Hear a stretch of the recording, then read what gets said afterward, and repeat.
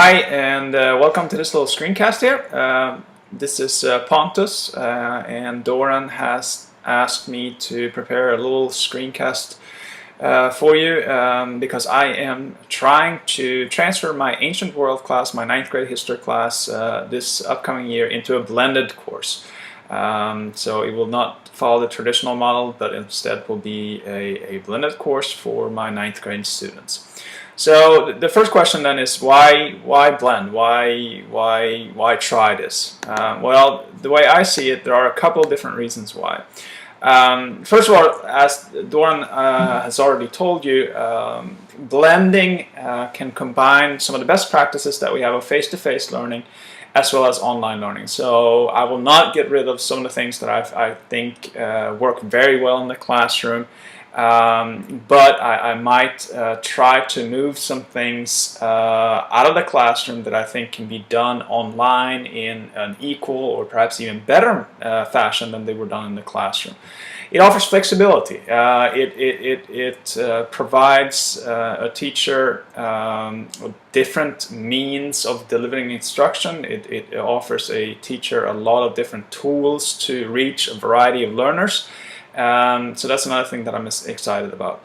Another thing that I think is here to stay, and something that whether or not we like it or not, it's here, and that is that it teaches some students or teaches students skills that they'll need in college.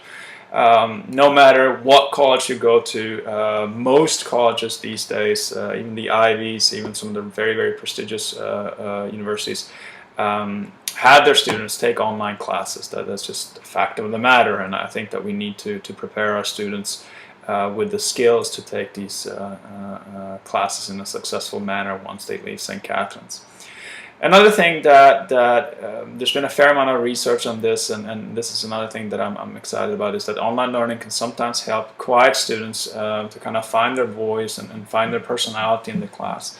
As we all know, most of our girls do a great job participating in class, but there's always a few students who do not like to participate as much as others.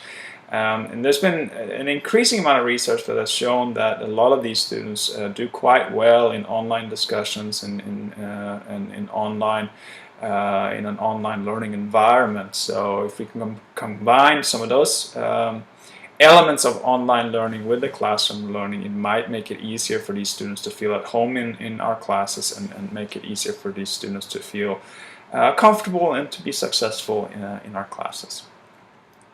So if I look at my own class and this Ancient World class, which is a 9th grade class, and one of the first things that I did this summer is to look, what will I move online? What aspects of my class can I try to move online and make sure that students are able to learn as efficiently online as they would in the classroom.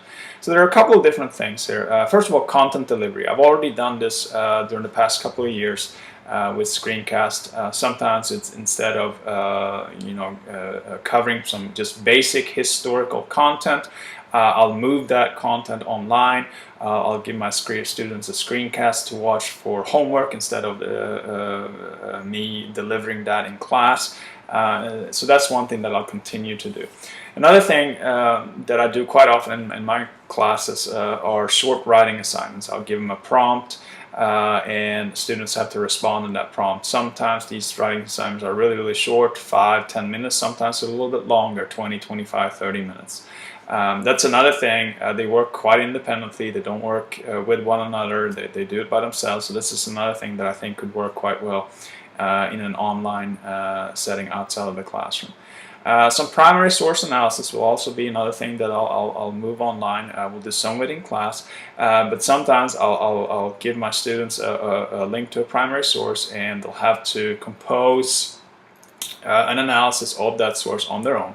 And then, of course, in class, maybe the next day or whenever the next time is that we meet, we'll go over this primary source to make sure that we integrate the online learning with the learning in the classroom, and to make sure that all the students have understood the primary source correctly, and that we get all kinds of different interpretations covered, and that each student can see the variety of interpretations that can be offered. So that's another thing that I'll do. And then lastly, I'll move some of the class discussions online.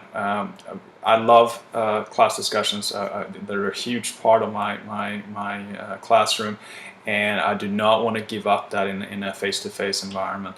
But some of the discussions I'll move online. And again, it kind of goes back to what I said a couple of minutes ago about the fact that there are some students that do not participate as much in these online discussions, in the classroom discussions, and the online discussions might make it a little bit easier for them to participate.